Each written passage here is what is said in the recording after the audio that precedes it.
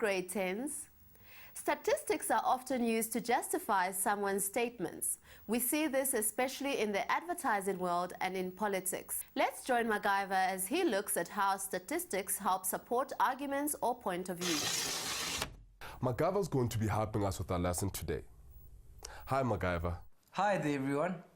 Today I want to start by looking at an example close to your heart, MacGyver. The Africa Search for a Star competition. Wow, that's so cool. I'm really excited about what happened on the show this week. I'm sure my favorite contestant got the most votes. He was awesome. That means he's going to make it through to the final round. Well, I hope for your sake you're right. What interests me though is their website. They claim to find the most popular new singing talent in the country. The results for each round depend on people sending in their votes. But have you wondered what the results really mean? Not really. I'm just glad my favorite singer is doing well. There's something that has always bothered me about reality shows where the public send in their votes. Have you ever thought about how these votes are collected? Don't the people just send an SMS or phone in and then we add all those up? I think it might be a bit more involved than that. I think that it would be a good idea to take a closer look at the whole process. Did you vote? Not really. Why not? This article says that this is how you can vote. Dial the dedicated phone number on the contestant for whom you wish to vote, or text in the name for the contestants you wish to vote for, and SMS it to 99676, or vote on the website. I don't have a cell phone to SMS, and my mother doesn't let me use a phone to phone in. So what you're telling me is that the sample of people who voted is only those who have cell phones and enough airtime to vote, or a landline, or can access the website. You don't have any of these and so you could not vote. Yes, but my friend Busi votes for me. He voted 27 times for our favorite. Aha, so you can vote more than once. Yes, the more you vote, the better chance your favorite has of winning. I don't want to take anything away from your favorite singer, but don't you think that these statistics are slightly biased? I guess so. The stats could be biased because only some people can vote. But isn't the purpose just to have fun? Yes, I suppose so. But this competition is said to be the biggest talent search ever and claims to find the most popular new singer in the country. Do you think that this is a valid claim? I think we should examine the process a little more deeply. Say your favorite singer has the most votes in 1 week. That implies that he or she is the most popular new singer in South Africa. The evidence is that he or she got the most votes, right? But you have told me that people can vote more than once. Yeah, that's right. Have a look at what it says here on the website under the rules for the competition. You may vote 100 times via SMS for one contestant and 100 times by telephone for one contestant. You may vote once on the website for one contestant. So if one person really liked a particular contestant, they could vote enough times to get that person to the top. Well, I don't think that's what happens, but I guess so. I suppose someone with a lot of money can buy a lot of airtime and make a lot of votes for their favorite, and they can use a lot of phones to vote.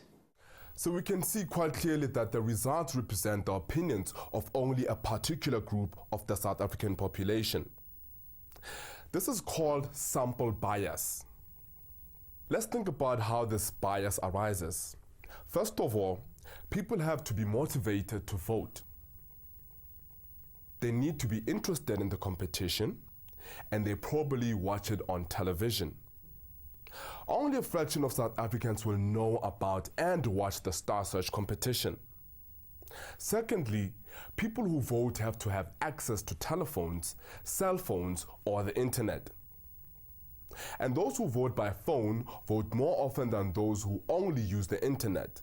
Yes, I suppose the people who vote are people like me and my friends.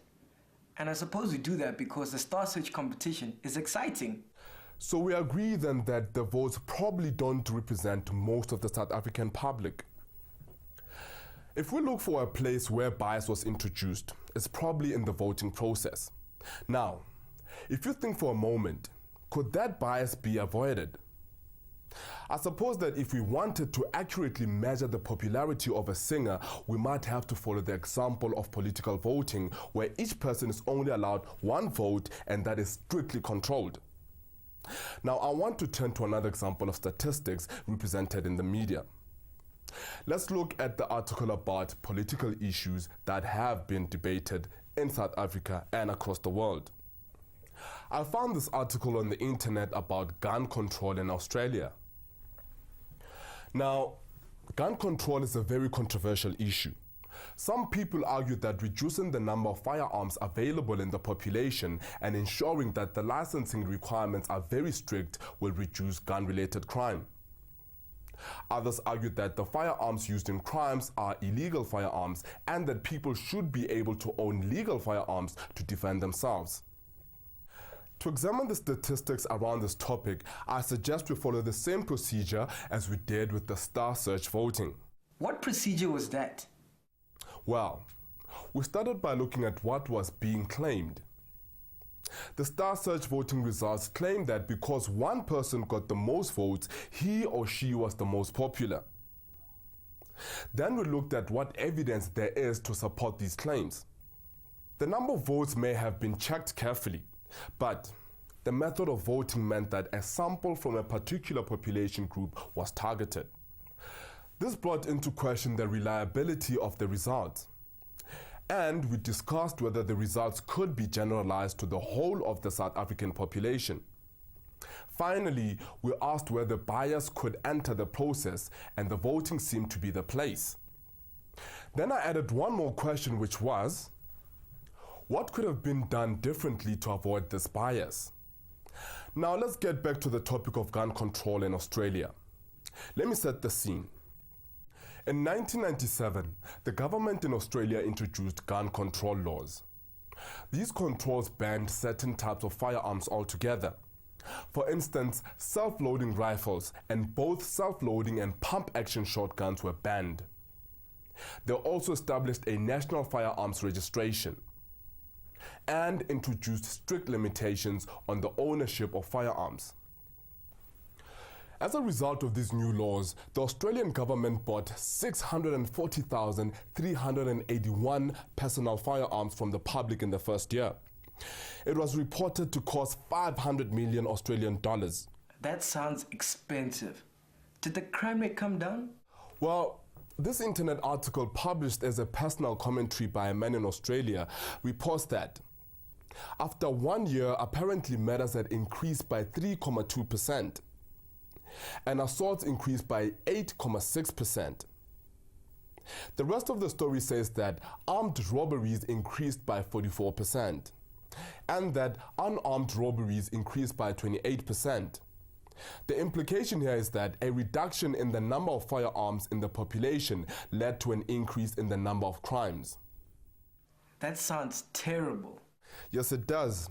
But if you read through this article, you'll see that the writer of the article has quite a strong personal view on the subject. For example, it states in 1996, Australia adopted the draconian gun control laws. And here, self and family protection is not considered a valid reason to own a firearm. The writer uses language that shows that he has a strong opinion about the issue.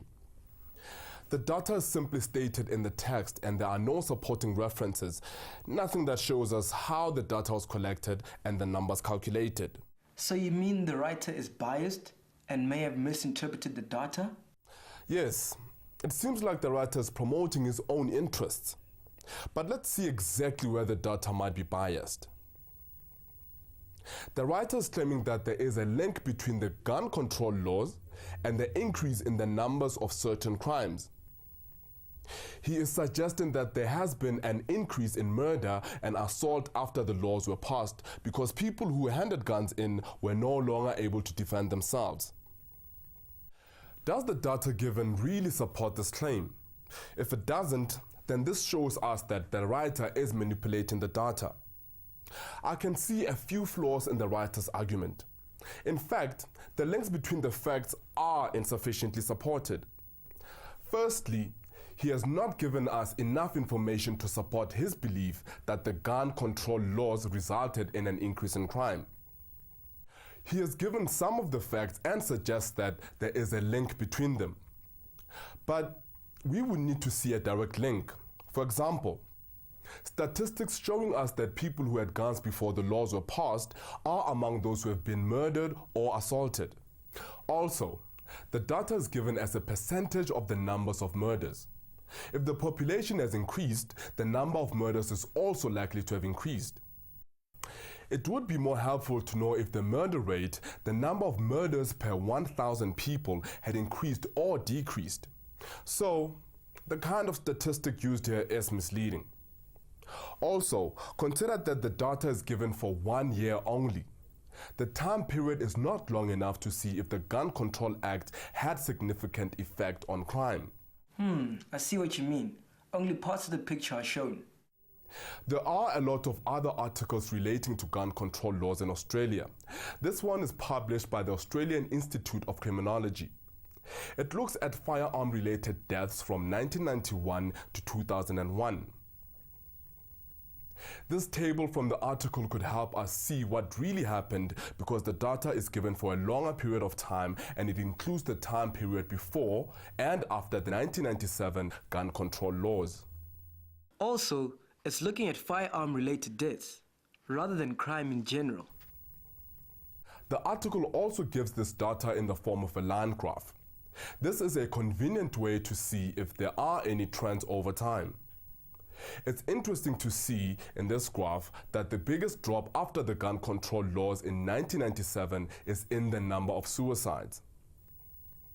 The murder numbers show a decrease too, but the numbers are much smaller.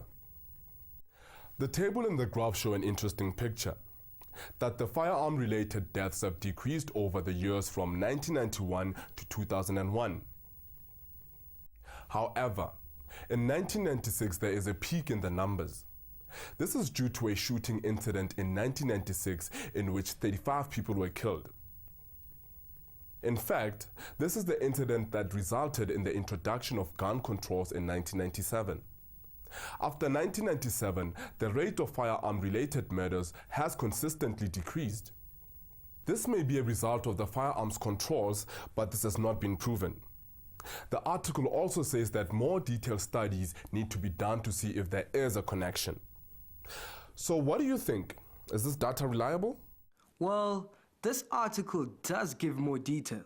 It breaks down the information each year into different kinds of incidents, different types of firearms, male and female, and so on. This information wasn't showed in the first article. The first article seemed to be incomplete, as if they showed only the figures that supported the writer's point of view. Also, the article doesn't make claims that are not supported. It looks like the debate could still be going on. It would be interesting to see what the latest figures show. So this article avoids bias in a few ways. It gives as much data as possible rather than showing only a window of data for a limited time period. It prevents misinterpretation by showing the data in several different ways. I see. One way of avoiding bias is to show the data in different ways, not just one way. This helps us to see what it's really showing.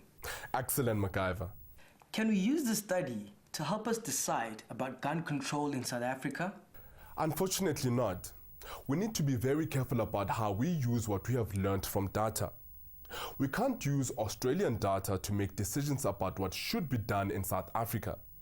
The context in South Africa is totally different. Statistics are only really applicable to the context they measure. They can help as a guide, but they cannot be applied without thought to any situation. This data can't be generalized for other contexts. I think we've been through so much today. My head is spinning. Can we quickly go over what we did? All right. Why don't you see what you can remember and I'll fill in any gaps. Okay. The first thing was the Star Search voting. We found that there's a sample bias in the process because it is likely to be more interesting to certain people in the population, and so not everyone will even want to vote. Also, you have to have access to a telephone, a cell phone, or email to vote, which cuts out people who don't have access to these technologies or who can't afford to use them. Well done. And what did we learn from looking at statistics linked to the impact of gun laws in Australia? We found that when it comes to issues, it is important to think about what people claim to be true and to look at the data itself, not just the claims. It is amazing how people use statistics to support their points of views. Yet when you look at their sources, you will see how they have misused the statistics to prove their point. It just goes to show that we must always look critically at the information given to us. Thank you for joining us, grade 10s. Try some of the tasks in the data handling task video. You will also be able to learn more about data handling on our website, www.mindset.co.za/learn. Goodbye.